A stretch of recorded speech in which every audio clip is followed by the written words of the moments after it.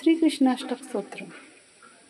भजे व्रजेकमण्डनं समस्तपापखण्डनं स्वभक्तचित्तरञ्जनं सदैव नन्दनन्दनं सुपुच्छगुच्छमस्तकं सुनादवेणुहस्तकम्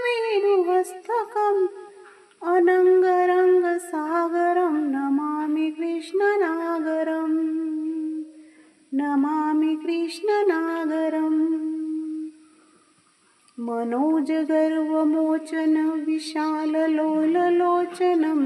विधूतगोपशोचनं नमामि पद्मलोचनम् करारविन्दभूधरं स्मितावलोकसुन्दरं महेन्द्रमानधारणं नमामि कृष्णवारणं नमामि कृष्णवारणम्।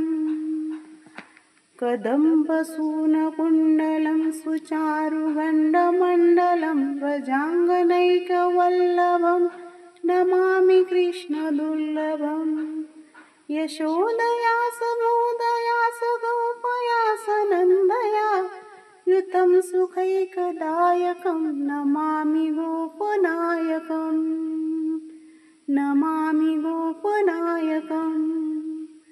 सदैव पादपङ्कजं मदीयमानसे निजं दधानमुक्तमालकं नमामि नन्दबालकम् समस्तदोषशोषणं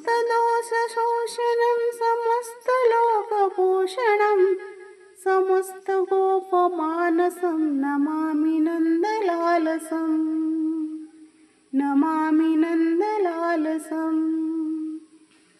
भुवो भवावतारकं भवाब्धिकर्णधारकं यशोमतीकिशोरकं नमामि चित्तचोरकम् दुगन्तकान्तभङ्गिनं सदा सदालसङ्गिनं दिने दिने नवं नवं नमामि नन्दसम्भवं नमामि नन्दसम्भवम्।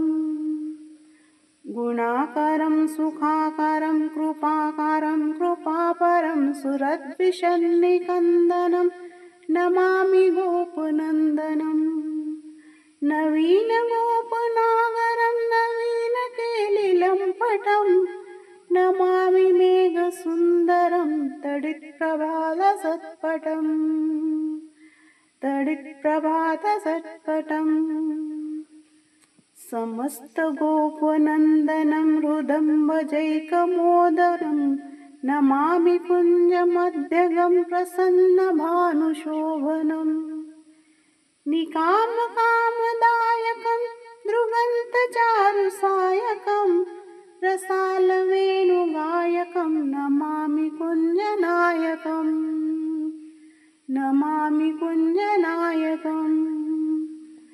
विदितगोपिकामनोमनोज्ञतल्पशायिनं नमामि कुञ्जकानने प्ररुद्धपाहिवाहिनं किशोरकान्तिरञ्जितं दुअङ्गजं सुशोभितं गजेन्द्रमोक्षकारिणं नमामि श्रीविहारिणं नमामि श्रीविहारिणम्।